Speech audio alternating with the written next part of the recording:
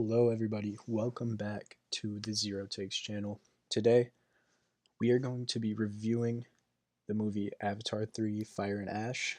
This is going to be my first movie review on the channel.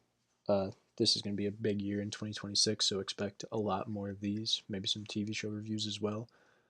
But with all that said and done, let's just jump right into it. So, this movie picks up pretty much directly after Avatar 2. A little fun fact, I had never actually seen any of the Avatar movies until around December. I watched the first one. I really liked it.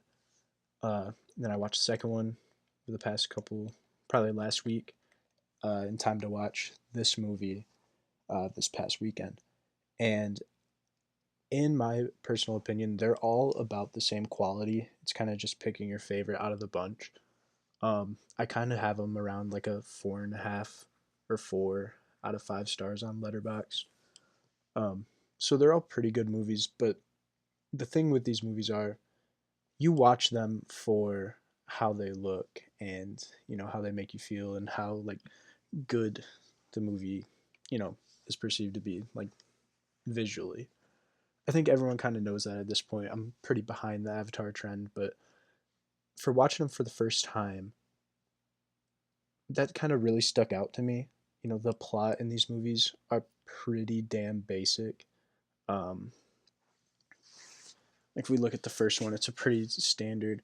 Actually, I think the first one kind of has the best storyline. It's pretty simple, but it's like very streamlined, very like easy to follow, very like concise story. It gets a little wild in this third one and in the second one. Um, that's kind of like the thing with these Avatar movies. The stories don't really watch them. They have good stories. They're not mind blowing. They're not really $2 billion stories for movies, but they get the money and butts in the seats for how they look. Can't really hate on that.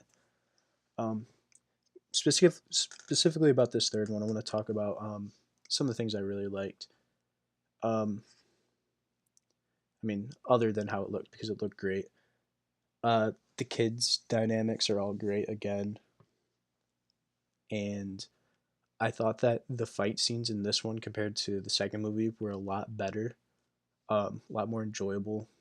It's still hard to kind of tell what's happening all the time because you know it's just hard to really decipher, especially when they're kind of fighting at night too. It gets a little tricky, but I thought the fight scenes were really cool. I thought all the sets were cool. Like you have like the new city, um, like new city kind of. It's more just like a huge military base. I thought that was a pretty cool set. Obviously the water is beautiful. The ash. I'll talk more about like the whole fire and ash part later.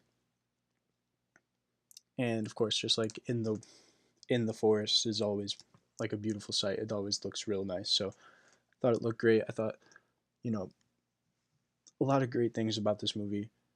I want to get into more of like my gray area ideas that I kind of came to me while watching this.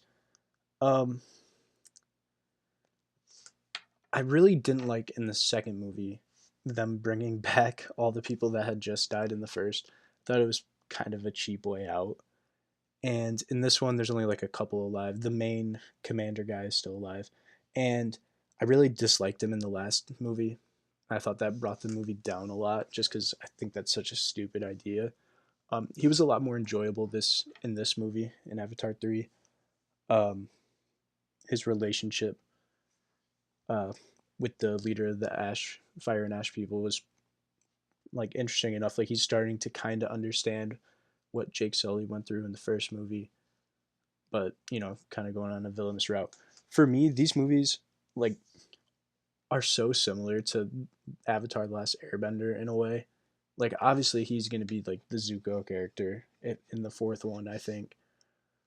And like every time I watch these, I'm like, yeah, this is book one, book two, book three. They're just so similar. Like, yeah, the core concept's different, but you have these different elements for each movie, and it's about this guy who's kind of like involved with all the elements because most of them aren't. Most of them stick to their ways. He kind of moves around, or even though he's forced to.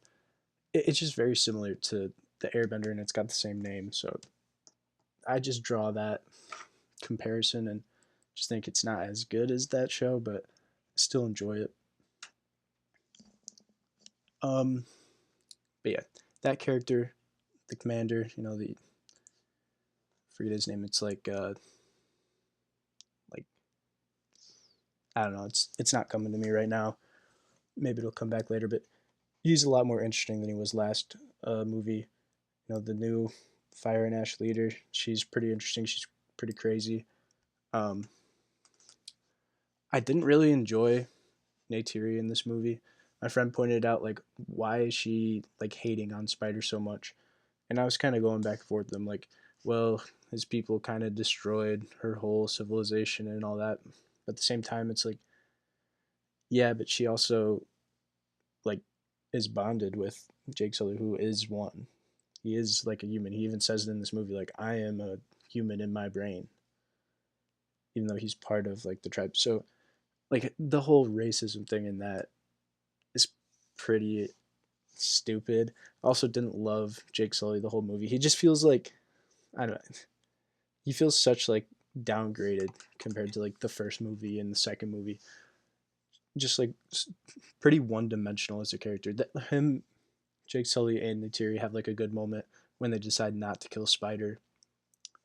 But other than that, it's they get kind of watered down in the story. Like the whole Neytiri side plot of her getting hurt and going in and like coming back and getting stronger. That's all fine. It doesn't really do much for me. The scene where she kind of rescues uh, Jake and Spider from the army facility is cool. One of the better parts of the movie, I think. Another thing about this, they want to get Jake Sully so bad when their whole point of being there is to get these resources. Like first movie, they want the I don't exactly remember what it's called, but it's under it's like a rock or some sort of like precious metal that's under the tree. And in the subsequent movies, they just kind of are going after Jake Sully. Kind of stupid, kind of annoying. Like I get they want their revenge and like obviously it's a big morale boost because you see all the people cheering for his capture, but like it's so unnecessary. Like they have so much power. If they weren't so like hyper fixated on getting him, they would have such an easier time defeating it. I get that we don't want them to win, but it's hard to kind of overlook that, being how like silly that is that they just are focus firing him every movie. Let's talk about the kids. I really like Loak and his story. I think Paya Khan, or however you say it, it's a cool character for, and that relationship's fun. Um, you know, the youngest daughter doesn't really get to do much. That's fine. She's kind of more there just to be there, just to save. The relationship between Kiri and Spider is pretty interesting. Kiri as a character is like we just need more information on that. Like she's basically just like Navi Jesus or something like that. Like she has a direct connection to Awa, and she can make Spider be able to breathe, which is cool. I was getting sick of the mask. Um, stuff like that. It's interesting when it needs to be fleshed out a little more. I'm looking forward to seeing that maybe in the next one a little more. Overall, like what I said, I think I gave this movie a 4 out of 5 stars on Letterboxd. You can follow me in the description on Letterboxd. It's my username's in there if you feel so. Um, and then I said I was going to get back to this. The fire and ash aspect, I thought was really underplayed.